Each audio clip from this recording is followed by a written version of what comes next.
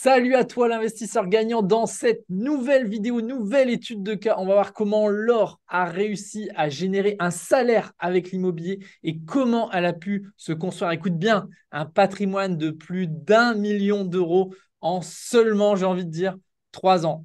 Et pourquoi je suis super content de vous présenter Laure aujourd'hui? Parce que son parcours, il est inspirant, parce qu'elle investit seule, elle habitait, pardon, à l'époque dans une ville la plus chère de France puisqu'elle est parisienne et elle n'y connaissait absolument rien. Il y a de ça 3 ans dans l'immobilier. Elle a avancé hyper rapidement.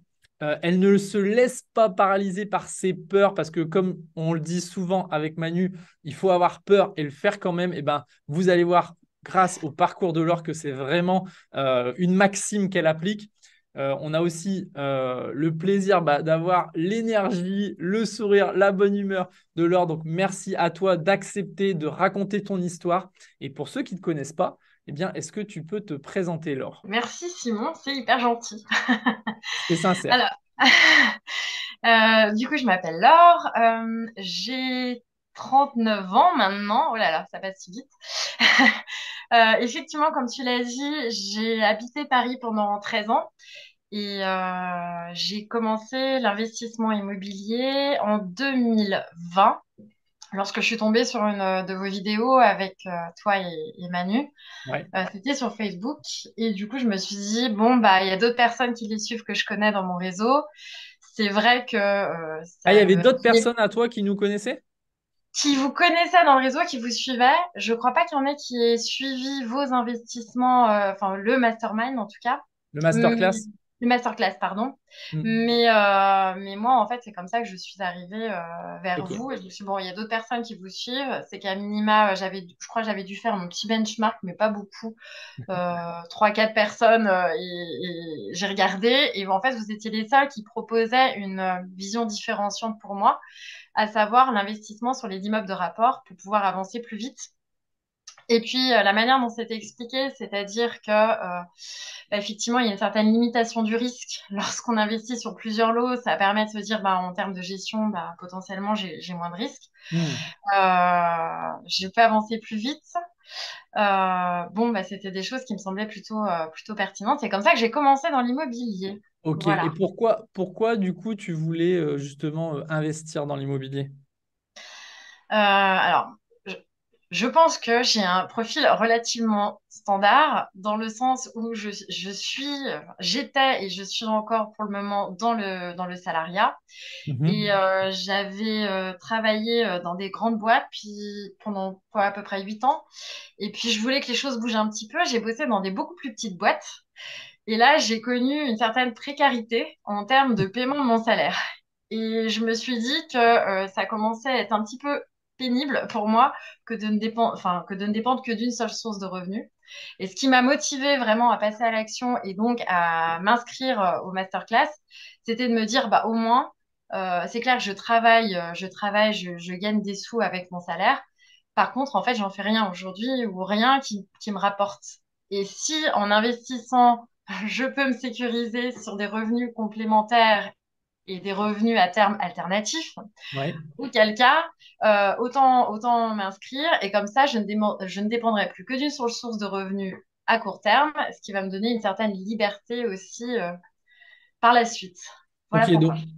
donc si je résume, tu as eu du mal à te faire payer par tes anciens patrons, tu t'es Ouais. senti un peu en insécurité, tu t'es dit, oh là, ça craint quand même. Du coup, si Ouais. j'avais des revenus à côté de mes appartements, de mes locations, au moins je serais plus serein et je flipperais pas de savoir est-ce que je vais être payé ou pas, quoi. Ouais, c'est ça. Ok. Et du coup, ça, c'était en 2020. Qu'est-ce qui s'est Ouais, passé en 2020? Tu as rejoint du coup le masterclass Immeuble Gagnant. Comment ça exact. s'est passé? J'ai mis à peu près 3 mois pour faire la formation de A à Z. Et bon, enfin, de A à Z, c'est-à-dire les grosses parties qui permettaient d'aller faire bah, mon étude de marché, qui me permettaient déjà d'identifier toutes les villes, comme j'étais à Paris aussi, il fallait que j'identifie toutes les villes qui étaient relativement à proximité, qui me permettaient moi de me déplacer, de pouvoir aller faire des visites et potentiellement sur la gestion, de pouvoir faire la mise en marche sans me dire, ah là là, c'est hyper loin. Ok. Bon, la suite montrera d'autres choses, mais à l'époque, c'était ça. Yes. J'avais visé initialement Rouen. Et finalement, en faisant mes recherches et en parlant dans mon réseau, comme vous le recommandez aussi dans le masterclass, j'avais également eu contact avec une personne qui était agent immobilier en Ardèche. Et du coup, j'ai fait mes recherches à la fois moi et en déléguant une partie à quelqu'un d'autre à distance. Ok. Voilà ce qui s'est passé pendant les 3 premiers mois. Et du coup, j'ai fait mes visites à Rouen. Rien n'a été concluant. Et puis, c'était aussi à la période du Covid où les déplacements commençaient à de nouveau être restreints. Ok. Et donc, du coup, j'ai dû déléguer finalement cette recherche avec l'Ardèche. Et c'est comme ça que j'ai fait mon premier investissement qui n'était pas nécessairement à proximité de chez Ok. moi, vu que j'étais à 7 heures de distance, mais j'avais trouvé un partenaire fiable en local qui faisait les visites, qui m'envoyait les photos, qui me faisait bénéficier aussi de son réseau. Et donc, en 2020, ça s'est arrêté là. Tout début 2021, je faisais ma visite, comment dire, de l'immeuble. Je faisais une offre qui a été acceptée et je Mhm. signais en mai 2021. Voilà. Ok, donc ça a mis un petit peu de temps, mais finalement, parce que tu étais à distance, etc. Et ce qui est vachement intéressant, c'est que du coup, cette personne qui a, on va dire, chassé pour toi, c'était Oui. quoi? Une amie? C'était un agent immobilier? Elle est agent immobilier. Je l'ai connue via un ami proche qui me l'a recommandé. Ok, Voilà. d'accord. Du coup, tu as fait travailler ton réseau et tu as pu trouver ce premier immeuble, du coup, en 2021. Est-ce que tu peux nous dire Exactement. un peu de quoi est-ce qu'on compose cet immeuble, nombre d'appart, surface, etc. Alors, l'immeuble est très grand. Je dois avoir dans les 460 mètres carrés de Ah oui, quand surface même. habitable. Ouais. Ok. Pour un premier investissement, c'est relativement un gros investissement. Ouais. Dedans, il y a 5 appartements, 3 garages et 2 locaux commerciaux.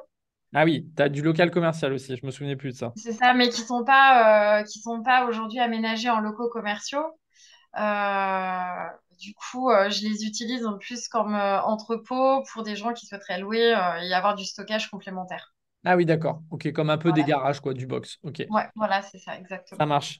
Et donc, tu as payé combien cet immeuble? 265 000 euros. 265 000 € pour 460 mètres carrés. Ouais, t'as dû faire, c'est pas cher, tu as dû faire beaucoup de travaux, non? Oui, et j'ai eu 120 000 euros de travaux. Ok. Et Donc, aujourd'hui, là, avec les autres travaux, oui, vas-y, pardon. non, Je non, t'en mais prie. du coup, là, on commence un peu à entrevoir la personnalité de Laure. Pas du tout fonceuse. Elle y connaît rien dans l'immobilier. Elle a investi à 7 heures de chez elle, normal, tranquille. Elle achète un truc de 460 mètres carrés, petit quoi, pour démarrer, à 265 000 €, donc c'est pas cher. Et elle va se taper 120 000 € de travaux. Tout ça en étant à 7 heures de distance. Les gens commencent à se dire, mais est-ce qu'elle est tombée sur sa tête? Mais non, Ça t'a pas fait peur? mais si, parce que la première, bien sûr que si, la première signature, c'est est-ce que je suis pas en train de faire une bêtise? Oh, il y a Ouais. plein de freins. Bah, bien sûr, Ok, est-ce non, que je fais pas mais une je pose bêtise? les questions. Je me mets à Non, la non, place c'est des vrai. gens qui regardent. Tu vois? Est-ce que c'est pas une bêtise? Est-ce que je peux vraiment faire confiance aux gens qui sont à distance? Et puis, Yes. à un moment, je me dis, bon, bah, de toute façon, j'avais un peu d'argent de côté. J'ai fait tous les calculs que vous aviez recommandés, c'est-à-dire j'ai acheté beaucoup moins cher que le prix marché, Ouais. à peu près 20% de prix moins, enfin, mon prix était à peu près 20% en dessous du prix du marché. Ok. J'ai regardé si je faisais la division, si je pouvais revendre après appartement par appartement, si ça devait mal se passer pour récupérer des sous.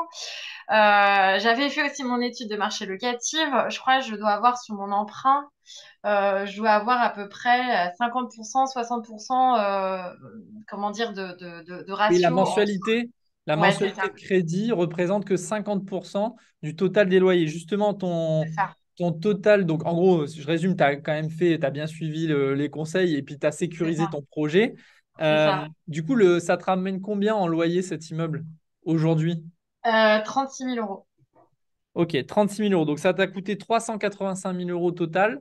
J'ai fait Oui, le calcul et ça te ramène 36 000 € de loyer. Donc plutôt plutôt bien. Tu n'es pas tout à fait à 10%, mais Non. mais presque, on va dire. Non, mais en fait, ce qui est très intéressant dans cet immeuble, c'est que j'ai une taxe foncière qui est hyper basse parce que je suis en Ardèche. Et un des gros coûts, quand même, indépendamment du prêt, c'est Ouais, aussi la taxe foncière qui est très très basse. ouais, Et deuxièmement, j'étais en différé d'emprunt. J'ai eu un ouais. différé d'emprunt très important. Là, là, je vais être sur du 3 ans. D'accord. Donc, en fait, je générais suffisamment, on va dire, pour mettre les choses en place. Et j'ai un cash flow qui est relativement important sur cet immeuble-là, malgré le fait, effectivement, que je ne sois pas aux 10%. Et le Ok. fait d'avoir aussi eu les gros travaux, bah, ça me permet quand même de Ouais. défiscaliser énormément. Donc, Ok. au final, on va dire, je m'y retrouve. Ok, ça marche. Non, et du coup, comment tu as fait pour gérer les travaux comme ça en étant hyper loin? Euh, Bah, toujours via le réseau, en fait. D'accord. J'avais comment dire, cet agent immobilier qui avait chassé pour moi. Son conjoint est maître d'œuvre et artisan. Ok. Et donc, lui, en fait, ce qui m'a permis aussi d'investir et de me dire, OK, je saute le pas, c'est que je savais derrière qui c'est qui allait faire les travaux et qui allait pouvoir les gérer et qui allait me coordonner finalement tous les corps de métier. Ok. Donc, du coup, via cet entrepreneur-là, bon, certes, j'ai eu des surprises, hein, tout n'était pas parfait, mais au moins, ça m'a permis d'avoir un fil rouge et quelqu'un qui était là sur la durée et qui suivait l'intégralité des travaux. Et moi, après, je m'y déplaçais une fois tous les mois, 2 mois, pour voir. Et tous les jours, je l'avais au téléphone, mon entrepreneur. Tous les jours, il m'envoyait des photos. Voilà. Ok, ouais, donc ça c'est donc tu as pu avoir quelqu'un sur place, un maître d'œuvre qui a coordonné l'intégralité du chantier et en quelques mots, ça s'est bien passé. Enfin, qu'est-ce que tu as appris suite à ce premier projet à distance? Euh, En fait, ce que j'ai appris, non, c'est qu'à un moment, il faut quand même essayer de faire confiance parce que c'est ça qui va permettre d'avancer. Mais la confiance n'exclut pas le contrôle. Et j'ai bien remarqué aussi que bah, si je me déplaçais pas, les choses avançaient quand même moins vite. Ok, Donc, ce que j'ai appris, c'est que j'ai appris à déléguer ouais, de manière, on va dire, plus efficace. Voilà. ok, d'accord. Et ensuite, qu'est-ce qui s'est passé suite à ce premier immeuble? Euh, Suite à ce premier immeuble, du coup, les travaux, l'entrepreneur avait été quand même hyper, comment dire, il était hyper positif sur la fin des travaux. Il pensait que ça allait, ouais, les 5 6 mois. Moi, j'avais plutôt provisionné un an et demi. Ok, Grand bien m'en face parce que j'avais bien sécurisé la chose. ouais, Comme quoi aussi, toujours se faire un peu confiance à son instinct. Il est ouais, pas mauvais, hein. Et voyant les travaux qui étaient relativement lents, je me suis dit, bon, bah, c'est cool. En même temps, j'ai du temps. Donc, bah, je vais continuer. Je vais regarder pour un autre immeuble. ok, Et via mon réseau, du coup, enfin, quand on commence à rentrer dans l'immobilier et l'investissement immobilier, finalement, on se constitue aussi un réseau tout autour de soi de gens qui progressivement font la même chose que soi. On s'inspire de ce que les uns à toi, comment tu as fait ça. Le fait de participer au regroupement que vous avez tous les mois où vous faites du coaching également, ça permet de se dire, bon, bah, je peux poser mes questions. Il y a certaines personnes, moi, j'avais été aussi aux rencontres à Paris. Donc, en fait, on rencontre des gens, on lit des liens. Et finalement, à l'époque, donc j'habitais Paris, mais j'avais mon travail le siège de ma boîte qui était à Béziers. ouais, Donc, du coup, je faisais pas mal de déplacements et je rencontrais aussi des collègues de là-bas, dont une personne qui est devenue une amie, ok, qui elle aussi faisait de l'investissement immobilier. ok, Et avec elle, donc on en parlait et elle m'a inclus dans son groupe d'investisseurs immobiliers. Et ce faisant, comme j'avais fait ma première acquisition, je lui dis que je cherchais un deuxième immeuble. Un de ses amis ne souhaitait finalement plus investir dans un immeuble à Béziers. Et moi, je me suis dit, ah bah très bien, il n'est pas intéressé, mais il est super intéressant cet immeuble. Il a une rentabilité qui est meilleure que celle que j'ai achetée. Et ok, bah, on y va. ok. Et donc, c'était en... 2022. Attends. Non, non, c'était en 2000... Non, non, c'était en 2000... C'était en 2021. C'était en juillet-août 2021. D'accord, donc tu en as fait deux en 2021. Exact. Donc cet immeuble, tu l'as payé combien? 129 000 euros. Ok, tu as fait des travaux? Oui, 5 000 euros de travaux. 5 000 € de travaux et il te génère combien de loyer? 16 000 euros de loyer par an.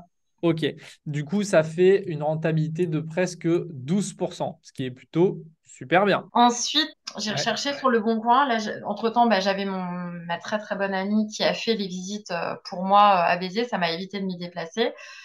Question de confiance aussi, hein.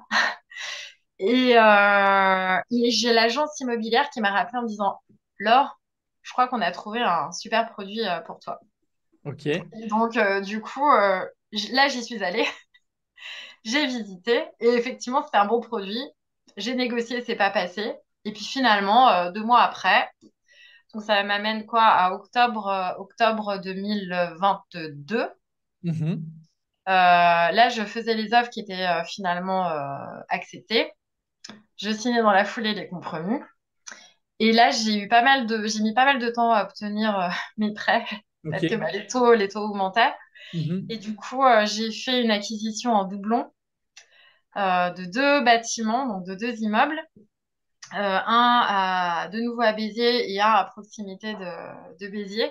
Ok. Et là, je les ai acquis en avril et mai. Je voulais Ok. signer en même temps, mais j'y suis pas arrivée. C'est pas grave. 2023. 2023, pardon, maintenant. Bah oui, Ok. Donc, si je résume, 2021, deux immeubles avec une signature du coup qui a été le deuxième immeuble, tu l'as acquis en 2022, ce qu'on appelle la réitération, tu as récupéré les clés en exact. 2022.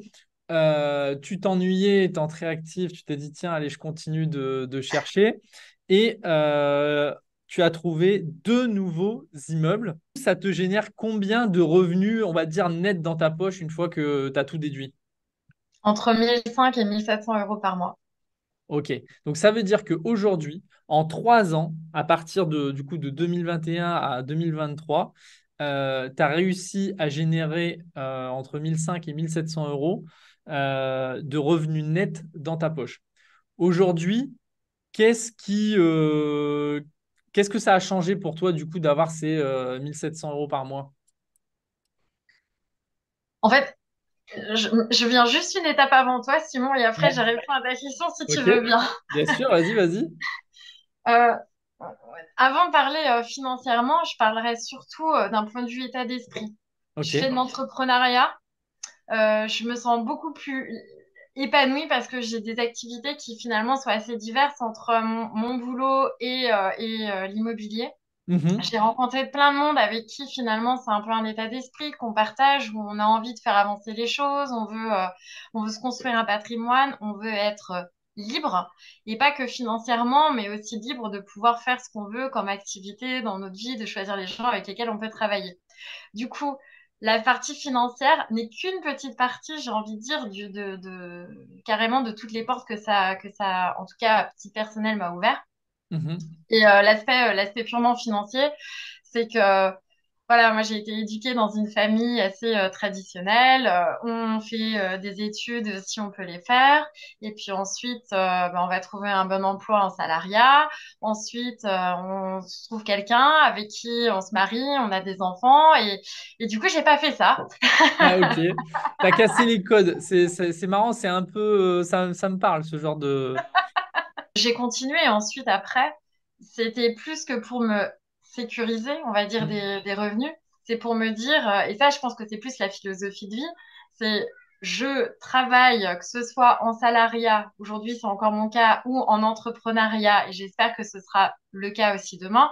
Ouais, Euh, Quel que soit le format dans lequel je travaille, je peux choisir à la fois mon emploi et à la fois les personnes avec lesquelles je travaille. Et c'est ça, c'est ça au un luxe. final, ouais, c'est ça au final le luxe. Et du coup, je ne suis plus contrainte par un sujet financier, vu que l'immobilier me rapporte aussi quelque chose qui, à Ouais, minima, me sécurise sur une base plus ou moins stable, mais qui est là, quoi. carrément. Donc, en gros, tu as la liberté de choisir. Alors, certes, Ah. 1700 euros pour vivre à Paris, c'est pas suffisant, on va dire, pour vivre dans des bonnes conditions et aller au resto et aller au théâtre, etc.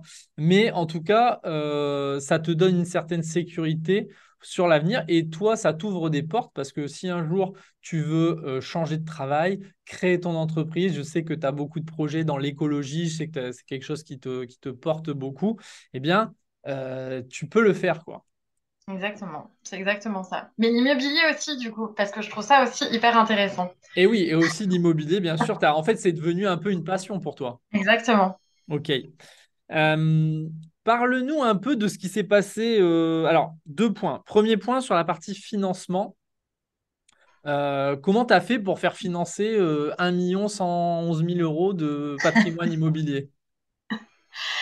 Euh, T'es riche en fait, t'as tout payé cash, j'imagine. ouais, effectivement. Mais non, Simon, c'est ce qu'on apprend, mon Dieu, dans le masterclass. Mais bah, je suis allée voir les banques, en fait. Je suis allée voir différentes banques. Enfin, j'ai préparé le dossier magique. Ouais.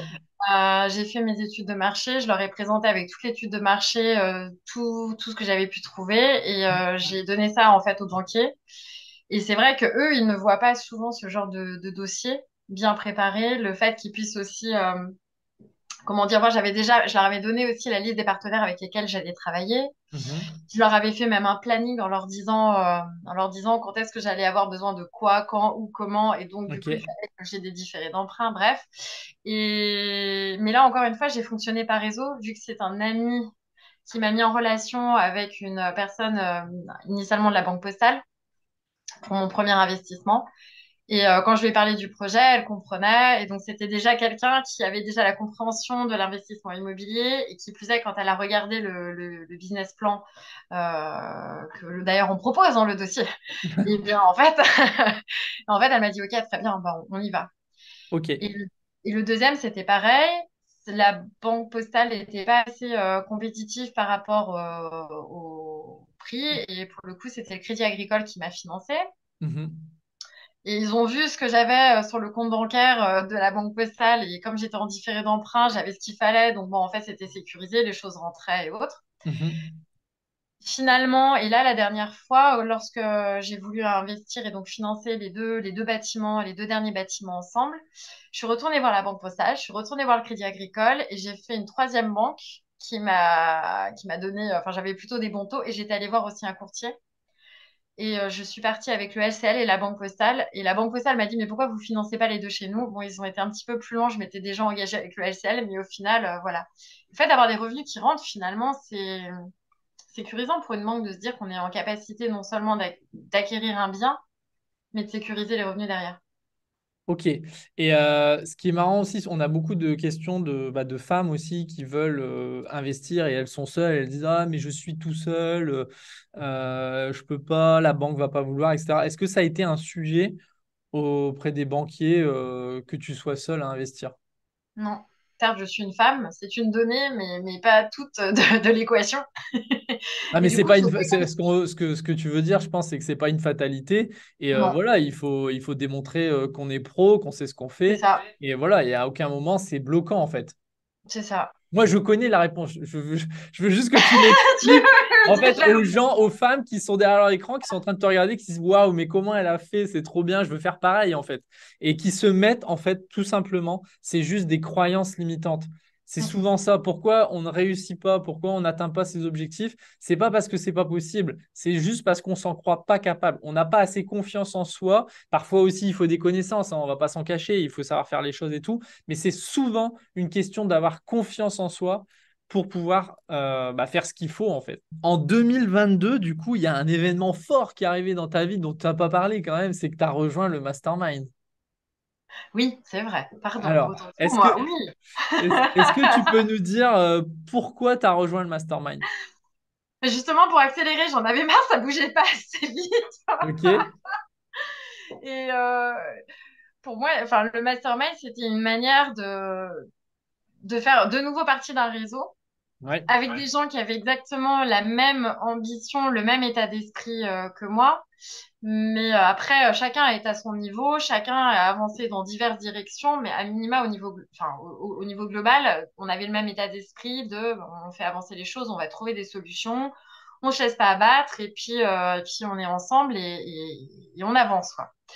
Et du coup, bah, ça concorde totalement avec la version où bah, finalement, je trouve, et ça aboutit enfin en termes d'investissement complémentaire où j'ai les deux autres immeubles qui arrivent et ensuite après, bah, voilà, la gestion de la signature en 2023 et autres. Voilà. Ok. Et pour moi, le mastermind, c'est vraiment un accélérateur pour se dire, voilà, j'ai déjà investi, mais je vais aller plus vite, plus loin. Et c'est clair qu'on rencontre des gens qui sont exactement dans les mêmes états d'esprit. Et puis, ça crée des vocations aussi. Est-ce que tu peux nous raconter du coup, bah, je sais pas, ton expérience, comment tu as vécu les choses de l'intérieur? Je me souviens de tes interventions, notamment sur, par exemple, la location courte durée. Tu as voulu te lancer dans la location courte durée, ce que tu n'avais jamais fait avant. C'est vrai que le mastermind m'a permis aussi de poser les questions. J'ai fait la formation location courte durée aussi en accéléré pour faire tout ça. Et Ouais. en l'espace de 2 mois, j'avais mis l'appartement, je l'avais meublé et je l'avais mis en location. Voilà. Et ce, tout automatisé, ce qui n'est pas négligeable quand on a une activité à côté. C'est-à-dire qu'aujourd'hui, je m'occupe que de gérer finalement la femme de ménage et les gens à distance, mais relativement peu finalement. Pour toi, ça a été quoi les points forts du mastermind? Le réseau, indéniablement. C'est-à-dire, est-ce que tu as un exemple concret? Parce que les gens, ils l'ont pas vécu. Toi, tu étais de l'intérieur, tu as su, tu l'as vécu, tu sais comment ça s'est passé, ce que tu en as tiré, etc. Mais est-ce que tu as un exemple concret à donner? Voilà, le réseau, qu'est-ce qui a changé, tu vois? Bah, par exemple, il y a Julie dans le mastermind qui, elle aussi, est femme qui investit seule, Mhm. qui a presque 10 ans de moins que moi, qui a un patrimoine au moins équivalent au mien, voire plus, qui est hyper énergique et qui, elle aussi, elle a des soucis. Et en fait, bah, quand on en échange et qu'on se rend compte et en personne, on parle de ça et puis que derrière, on peut échanger sur, bah, moi, j'ai réussi à faire ça et ça, on voit que finalement, on avance tous, même quand on croit que ça n'avance pas, Ouais. on avance tous. Je parlerai de Jérôme aussi, qui, lui, mais un méga accélérateur. Alors, je crois que le mastermind, c'est hallucinant. 39 lots, ouais. De Voilà, mais 7 de 7 à 39 lots en c'est un an. ça. C'est Donc, ça qui est juste. donc en fait, ce que tu es en train de me dire, en fait, c'est principalement toi, ce que ça a changé, c'est de péter aussi des croyances limitantes dans ta tête, de te Mhm. dire qu'en gros, il y a des trucs que tu pouvais pas faire et qu'en fait, si tu peux le faire, de rencontrer des gens qui sont comme toi, des fois dans la galère, et ça permet de se soutenir, quoi, et de se dire, allez, on y va, Exactement. il y a pas de fatalité, on va y arriver, quoi. Donc, une motivation et puis un engouement, j'ai envie de dire, pour continuer. C'est ça. Parce que, en fait, quand on est seul aussi, la majorité des gens dans notre entourage, en tout cas, quand on fait ce changement de paradigme finalement entre la version salariat, pur salariat, et qu'on ouvre une porte de la liberté financière finalement, et ben, les gens qui sont encore dans cette première case-là sont pas nécessairement ouverts et sont pas nécessairement non plus soutenants Mhm. par rapport à cette partie finalement liberté financière. Et aujourd'hui, moi, je le vis, par exemple, mon conjoint, lui, ne fait pas d'investissement. J'ai investi seul. Mon conjoint, je l'ai rencontré d'ailleurs pendant la période à laquelle j'investissais. Ok. Mais donc, du coup, comment dire, il n'est pas dans cette logique-là, il n'est pas dans la logique de la liberté financière, il est plus dans la logique, lui, il est entrepreneur, mais pas dans une logique d'investissement. Il s'est créé Et son du boulot, quoi. coup, ouais, voilà, c'est ça. Mais ce qui est très bien, hein, mais je veux juste te Ouais. dire qu'on a des paradigmes qui sont un petit peu différents. Et le fait d'avoir des gens qui soient exactement dans cette même dynamique, ben, c'est confortant. Et puis on peut parler de ces sujets aussi qui nous passionnent sans se dire, ah ben, je vais saouler quelqu'un avec mon histoire d'immobilier ou de Ouais. travaux. Et c'est très bien comme ça. Voilà. Ok. Qu'est-ce qui a changé entre l'or avant et après le mastermind? Je crois que je suis encore plus déterminée qu'avant. Enfin, je veux dire, je pense que rien ne peut m'arrêter aujourd'hui si ce n'est moi-même. Donc, il y a pas de problème sans solution. Donc, la Encore question, plus confiance en toi, quoi. c'est ça. Ok. Qu'est-ce que tu dirais à quelqu'un qui hésite ou qui hésiterait à rejoindre le mastermind? Bah, je dirais peut-être deux choses, mais pour moi, si t'as pas fait le masterclass, je pense que c'est d'abord ça, enfin, ce sont les meilleurs milliers d'euros que j'ai investis par rapport à derrière tout ce que j'ai pu éviter comme embêtement et problématique dans mon investissement. Ok, tu fais Franchement, c'est l'étape 1. ridicule. Yes. C'est l'étape 1. C'est ridicule de se priver du masterclass parce que derrière, en fait, quand on l'a fait, on se rend compte de tous les travers dans lesquels on aurait pu tomber. Le Hmm. nombre de personnes, moi, qui me disent, ah, j'ai investi. Ouais, mais ton machin, il est même pas rentable. Enfin, Ok. je veux dire, ah mon Dieu. Mais bon, Tu leur dis pas parce qu'après tu vas leur casser le moral. non, mais il y en a qui veulent pas écouter, donc c'est pas grave. Ok, c'est vrai. Mais il y en a d'autres qui sont ouverts derrière et justement, c'est ceux-là qui sont plus ouverts et je leur dirais, bah voilà, fais d'abord déjà donc le masterclass et rejoins ensuite le mastermind immobilier pour accélérer et rencontrer des gens qui vont te permettre aussi de pouvoir accélérer et sereinement. À titre personnel aussi, pour moi, c'est très inspirant et c'était peut-être un des autres points aussi du mastermind que je retiens, c'est que on rencontre des gens qui ont des parcours aussi relativement différents, certains dans l'entrepreneuriat, qui ont commencé par l'entrepreneuriat et ensuite ils font de l'investissement. Certains, enfin, chacun a commencé dans un sens ou dans l'autre, mais peu importe. Mais c'est très inspirant de voir les différents parcours. Parce que moi, ça me donne aussi des idées sur ce que je pourrais faire aussi ultérieurement. D'ouvrir d'autres business. J'avais pensé à un moment, par exemple, dans un des locaux commerciaux à l'Argentière, de faire une laverie automatique. Bon, ce sont des choses aussi qui me... Voilà, enfin, le fait de voir que certains ont d'autres business, d'autres activités, c'est très inspirant. Ça Surtout t'ouvre à si par d'autres les... stratégies C'est auxquelles tu ça, aurais même pas pensé parce que bah voilà, tu rencontres des gens qui l'ont fait quoi. c'est ça. Et ça, c'est valable autant sur les participants du mastermind que les invités que vous faites intervenir aussi dans le cadre des journées de rencontres, en fait. Exactement. Ok, bah écoute, bravo, bravo Laure pour bah, l'exemple que tu donnes. Je pense que ça va inspirer beaucoup de monde que voilà, on peut être une femme, on peut être investir seul, c'est pas un problème, que les banques ne vous diront pas non si vous faites les choses correctement. Que même quand on habite à Paris ou ailleurs en France, dans une ville qui est très chère, eh ben, on peut quand même trouver des solutions innovantes pour pouvoir investir à distance et trouver de la rentabilité. Voilà, on peut faire vraiment de belles choses quand on s'en donne les moyens. Donc bravo pour tes résultats. Est-ce que tu as un mot de la fin, Laure? Merci pour tout, Simon et Manu. Ok, bah écoute, merci à toi d'avoir partagé ça. Il y a plein de choses que on sait, toi et moi, mais qu'on ne peut pas tout dire malheureusement. Ça fait partie des choses qui se disent justement quand on est dans les murs du mastermind ou sur un bateau ou dans un restaurant. Mais en tout cas, franchement, ça m'a fait hyper plaisir de t'avoir cette année dans le mastermind. Et tu as grandement ta place et félicitations pour les résultats que tu as obtenus. Merci beaucoup, Simon. L'aventure continue. À demain!